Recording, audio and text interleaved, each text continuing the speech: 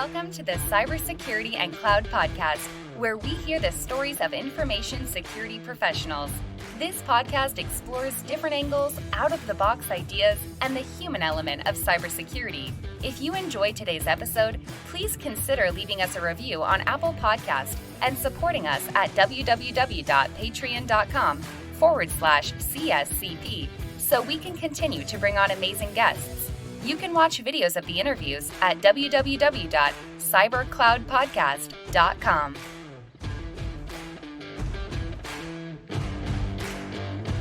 Hey everyone, welcome back. This is your host Francesco. I'll bring you back the first series Remastered because I think audio quality is very important. And I hope you enjoyed this remastered version. You can also watch the other episode on YouTube, the original one. Today we bring back Shamane Tan that is joining us from all the way down from Australia. And we talk about her book, how she interviewed a number of CISOs, what her experience as an executive, as a risk executive is, and what are the benefits of running a community and bringing everybody together and how it exploded because of the interest. I hope you enjoy. We want to welcome Shamane today in the call. Hello, Shamane. Hi, Francesco, and the rest of you. Thanks for having me here. So, Shamane, do you wanna crack on and give a little bit of your background? I'll talk about my background, and then we start talking about a little bit of your experience with your book, your experience in Australia, and how InfoSec is done like that in there on the old Commonwealth. Since we're discussing about Brexit these days, Commonwealth seems to be a term coming back on. So I don't want to make it political, so let's keep the Brexit and Commonwealth out of it. Good save. It's a common joke. Yeah, imagine. I'm currently an executive advisor with Privasec, and I have an Asia Pacific role. So I actually transited into this career in cybersecurity a couple of years ago. But before that, I wasn't really in this industry, even though I had a technical background. So quite a number of people have come up to me before and asked, how do they get a career in cybersecurity and all that. So I can share a bit more later as well. But previously I was just really working with the C-level executives in terms of building out their security hubs and focusing on, hiring in a security executive space. So that's how I started out. And then I decided to make the switch. Yeah. So a couple of years back, I just, they say I've gone over to the dark side, but it was, just left that industry and just went full steam ahead in the cybersecurity industry. And that became my focus, just purely advising C-level people on business strategies and how they can bridge the gap. So that's it in a nutshell. Yeah. No, that's great. So I'm Francesco, your host. Been in cyber for probably 12 years running now. I'm hosting this podcast. I'm here to share knowledge and background and the pain point of the various industry leader with our mentorship community and the whole world, honestly, my network. So let me ask you a question. So what got you into cyber? So what attracted you to go into the dark side from a sunny sea-level suite to the dark side of the basement? I would say I've always been intrigued by, not just understanding what the business people face, but also what is it like right on the ground, or what is it like, going into the hackers world. So in my current role, I have the benefit of being able to work directly with, ethical hackers themselves, and being able to witness some of the war stories that they live through when it comes to actually breaking into organizations, how they go about to do social engineering, physical intrusion and things like that. So it does give me a good understanding of both perspectives, right? So how did I actually went into that? Well, Privasec actually was one of my clients from many years ago. And one thing I would like to highlight is that the good thing about the cyber industry is that, people are coming to realize that you're not looking for like a person who ticks your standard boxes, right? But you actually need to find people from diverse backgrounds. You need people from different perspectives, to come together and really collaborate. So people are becoming more open to get people even from like from legal background, or even those who came from a psychological background, or mathematicians. And so there is this thing that we have in Australia. It's called the Australian Women in Security Network.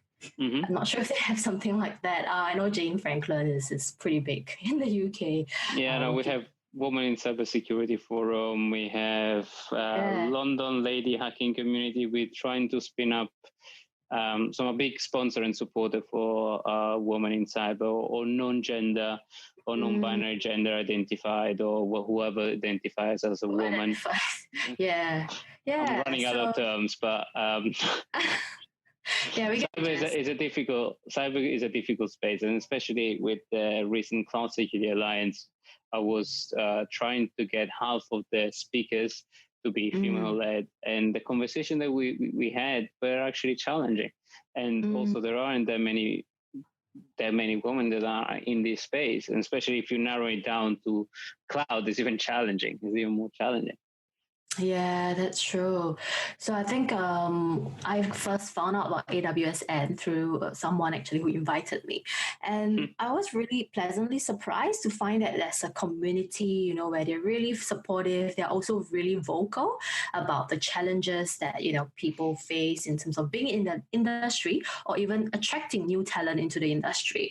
And when I heard about like the real challenges, and also saw for myself that everyone is just really welcoming, and I'm not just talking about like, the women there, but there were a lot of male allies as well that showed great support, and they were able to see potential in the new people trying to get into the industry. Then they gave that sort of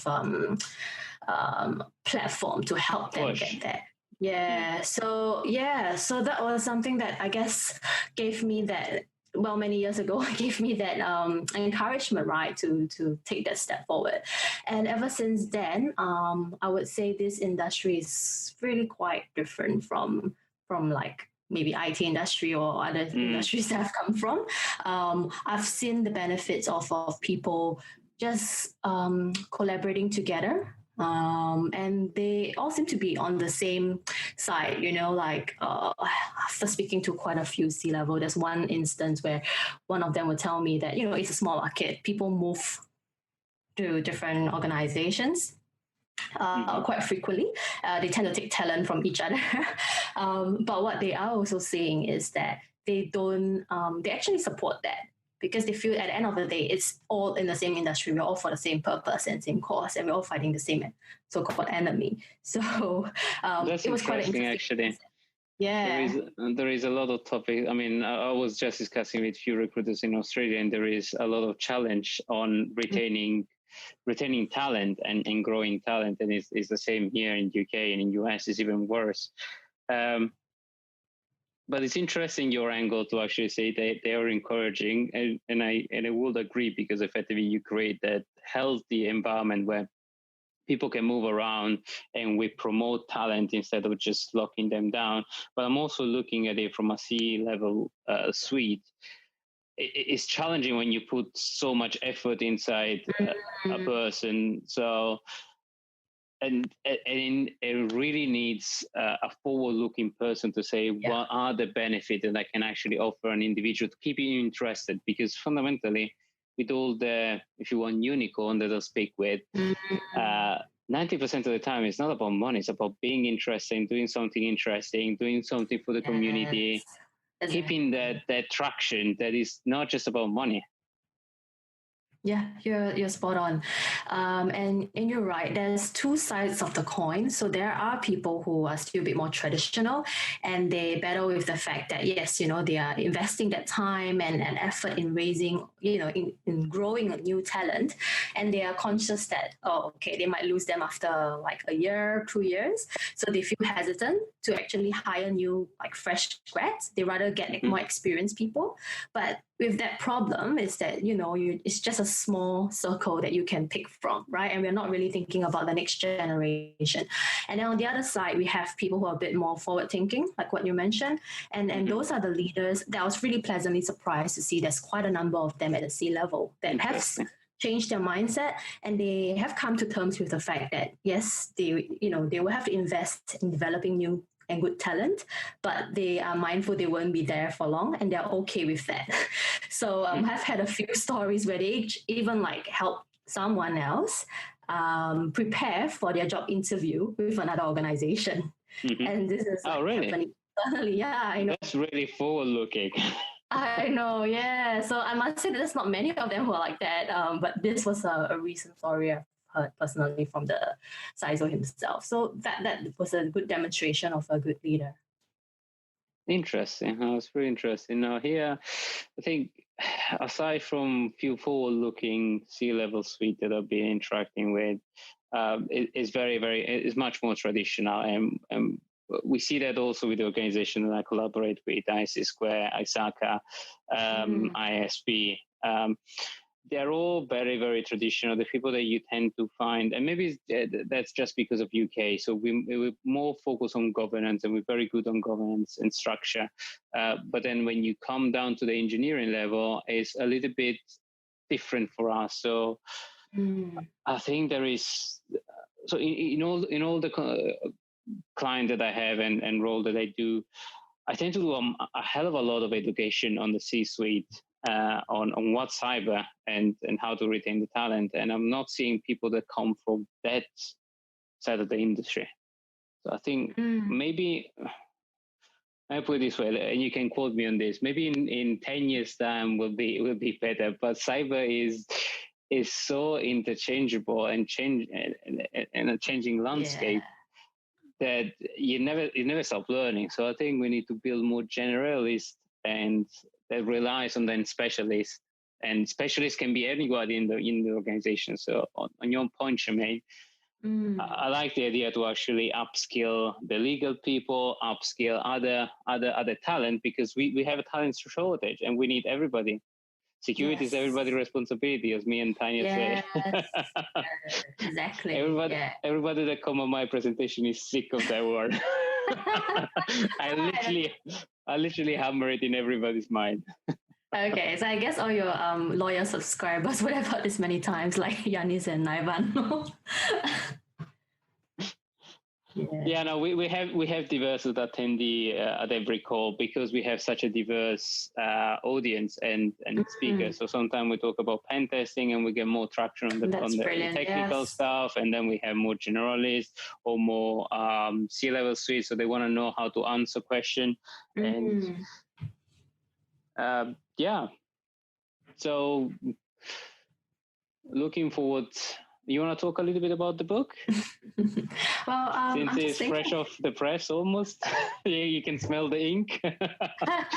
Not yet. Maybe in my dreams. Now it's coming soon in about 2 weeks' time. So, it's. I know you took a shorter time to write your first book, but for me, I took about quite a number of years, I would say. Wow. But when I properly started putting everything together, so that's maybe just about 2 years ago. And then it got really intense during the last 2 years because I was actively meeting different C-level people, mainly CISOs or CISOs, as we call it in Asia. In Australia, it's CISO. So anyways, so... Any country call it a different way. Different way, right? Yeah, so they are... What I saw as well is speaking to different CISOs in different industries, you will actually tap into, again, different insights. And also I didn't restrict it to Australia, but I branched out to, speaking to CISOs in Singapore, in Hong Kong, in Israel, in US as well. and a couple of them from the UK. So try to get it as as diverse perspectives as possible. And it's really interesting when I was putting all of it together. There's quite a number of interesting challenges that I'm seeing that are quite similar, and also some of their key considerations that our modern day CISOs looked at, and also I got them to share about approaches that work really well for them when it comes to navigating the board, for instance, how they navigate their stakeholders. There's a whole section on the top 15 tips, that they would give to people who are aspiring to be those. I like the tips, and I like the CISOs. Hey, Francisco here. A very quick message from our sponsor, and then we return back. This podcast is brought to you by the generosity of NSC42 Limited, your cybersecurity partner.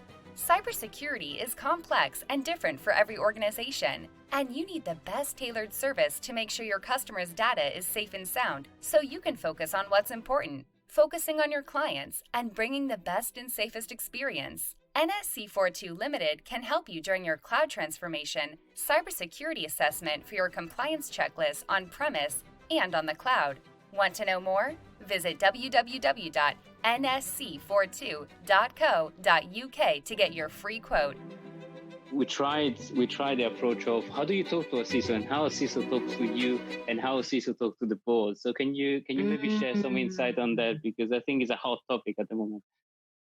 Yeah, so I would say I did break it down quite a fair bit in the book, but at a very high level, maybe two key things that they've highlighted. One is that they take the time to really understand individual risk, and how does it speak to the individuals, because every board member comes from different backgrounds. They have different understanding of security and cyber risk. So it's about really taking the time to go down to the individual level.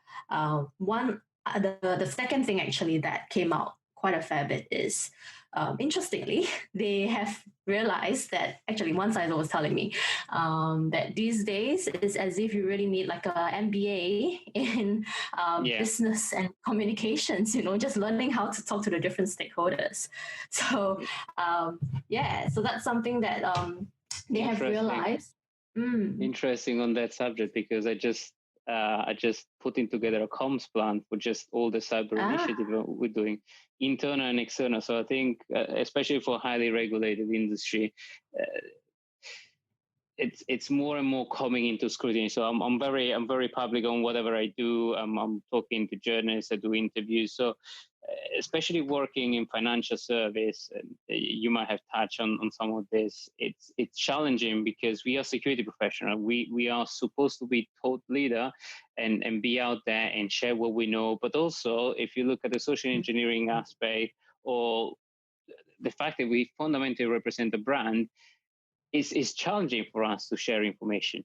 So what's your thought on that? On how much can we share, and how much? What's the challenge around that? Or if it's just me facing this challenge, or is a whole sentiment around the industry? Sorry, so you're saying sharing the challenges internally? Or sharing information externally, so having a comp plan. Industry. Yeah. Oh, right. So how much do you share? How much information do you give out? And how do you balance being out there, helping people, being a thought leader, and being conscious that the information might be used, against you. Exactly. Yeah, that's against your brand. It is a tough one. So I'll say there's two sides. One is that I've seen a lot of CISOs forming a good community where they talk among each other in a Chatham House rules sort of environment, and in that context, they do share their challenges that they face and share certain information, and they use it to help each other. But it's in the context of knowing there has to be some sort of mutual trust going on, and they do know each other. They have become friends over the years, so that is a smaller group setting. where they have formed like some sort of forum or roundtables. But to take it at a different scale, there is so there's this government CISO that I was talking to as well. And then we talk about like how about countries, sharing information with each other and like the intelligence that they're using. I mean, they are also conscious that sometimes if you're using a certain country's intelligence or product, for instance, they are mindful that maybe they're not getting the whole picture, but they're also conscious that the other country is also getting information from them. So I mean, it's like, It's a trade-off. I think it's a risk-based exercise. And actually, on the term of sharing, I know you started a forum some time ago in your area. So do you want to talk about how that meetup, the cyber risk meetup, came about? Right. Yes. Oh, that's a good circle back to that. That's smart. Yeah. So I started initially when I was actually quite new to the industry, or rather, I was really keen to just learn as much as I can from different people. And I realized that there are a lot of speakers out there but at the C level, maybe I feel they're not very comfortable with sharing like real practical experiences because of what you mentioned earlier, right? Because they're conscious they're representing their company and their organization. And the brand. Exactly. So they don't feel very comfortable to be able to share their personal opinion. And they have to go through a lot of hoops in order to get approval. Yeah, I have my PR team screening every single thing that I say and review and approve. So I feel that wow.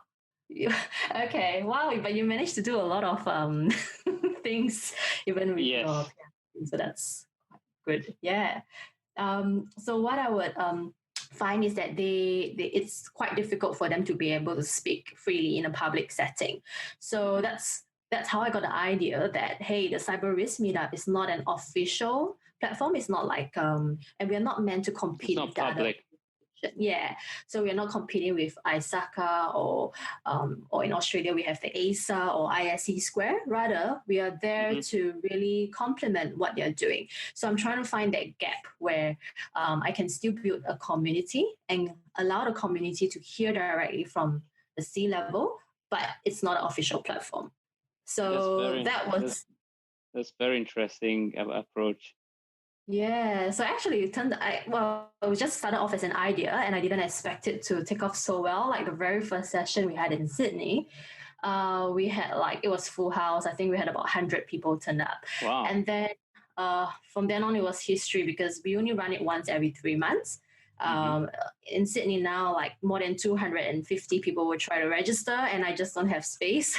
So yeah, it will be like, So what happens is that we will have like a panel session, and we had one session where it's like where would the CISO report into, and then we have a CTO, a CRO, a CIO, and a CISO, like debating over this topic. So that was quite interesting. And then when GDPR came out and stuff like that, we had I had like a law partner debating with another one on like the privacy laws, and we so it was quite an interesting format. Like I try to follow like TED Talk styles, and usually have like not just panel segments, but short TED Talks, like 15 to 20 minutes. And then the speakers are encouraged to deliver it in a really engaging way, and the good thing is that they were able to share real things, like about maybe certain breaches that happen in their organization even, because it's a shut-down house rule environment. So that gave them the assurance as well. And I guess that's where people benefits most, because you get to hear the real things rather than just the, fluffy sort of fluffy talk. Yeah, no, it's real thing. And I think I see that a lot in UK, that there are a lot of conference coming up industry, but where I see the real value of myself and my peers is smaller events, more targeted. So actually on the topic, I'm spinning up a similar forum, but just for financial industry, so that among a number of banks, we can actually talk and share information. And that's coming probably towards the end of the year or beginning of next year. And I'm probably going to follow the same format, your same format. So Okay, happy to share idea and what works and what doesn't work. Oh, yeah, definitely. Yeah, looking forward to hearing more about yours too. Yeah, We can part it up. Yeah, definitely. Yeah, who knows, right? Because like we started out in Sydney and then now it's in like Melbourne, in Perth, in Brisbane, and it's in Singapore. And who knows, you might be able to run one for us in the UK.